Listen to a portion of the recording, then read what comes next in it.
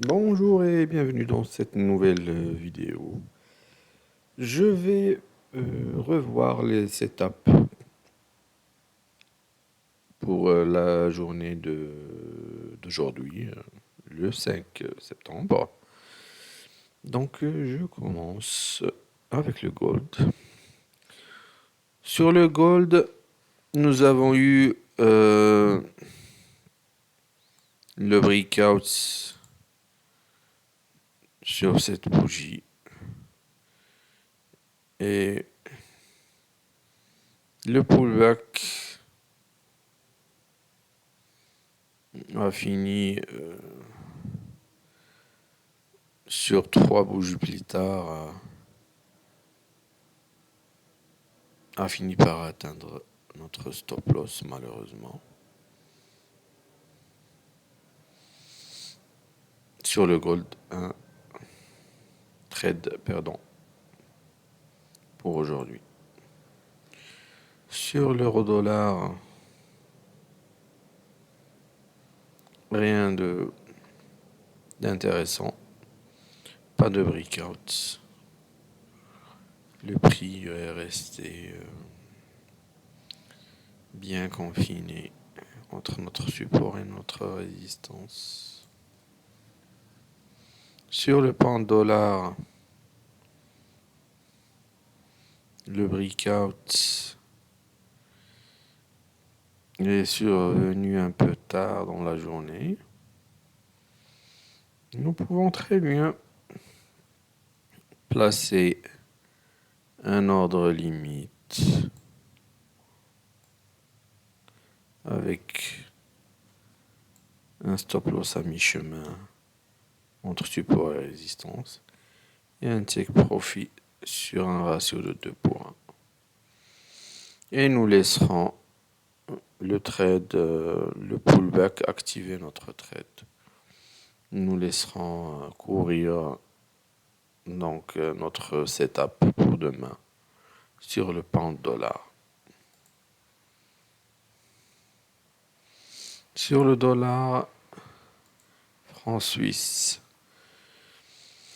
nous avions raté déjà le breakout au moment de l'analyse. Il n'y a pas eu vraiment de pullback et le prix a fini par atteindre son maximum d'amplitude. Donc,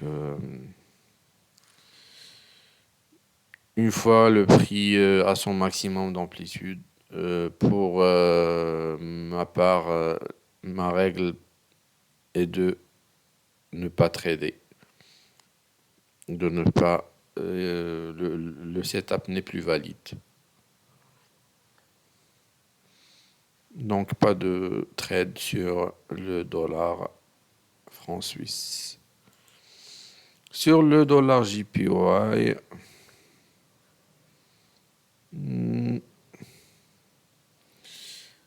malheureusement c'est enrageant. Bien sûr, le setup peut être amélioré en fait. Dans ce cas-là, le prix 140.36, nous pouvons très bien l'arrondir. Donc ça va être 140.40 par exemple. Donc là, sur 140.40, on aurait eu ce trade-là. Donc c'est une bonne idée d'arrondir en fait au chiffre rang le plus près de notre ligne de setup. Et je pense que ça va résoudre ce problème définitivement. De voir ces trades ne pas être activés pour quelques pips. Donc dans notre cas, 140.36. Nous allons mettre notre ordre limite sur 140.40.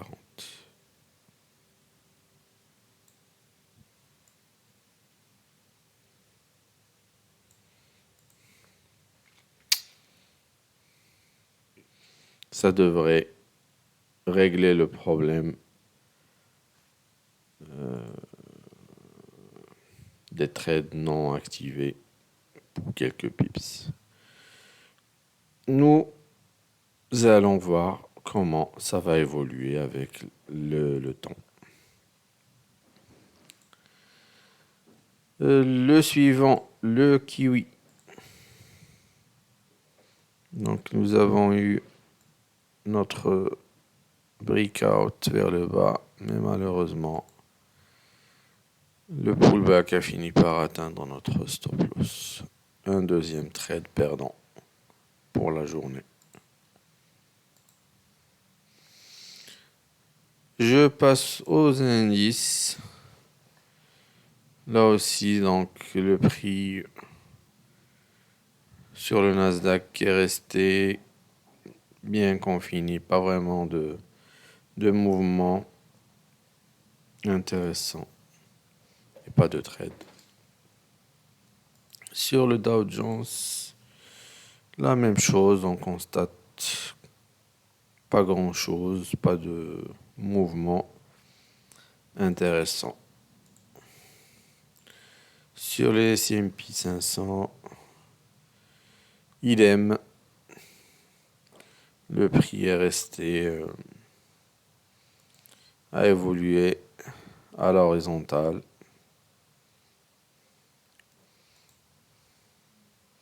Et enfin, le DAX.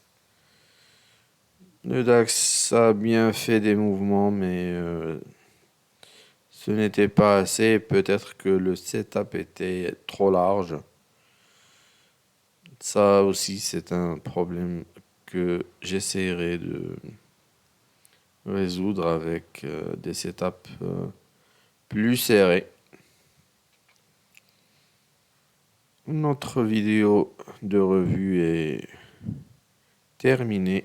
Je vous donne rendez-vous dans une vidéo d'analyse pour la journée de demain, juste après. Merci et à bientôt.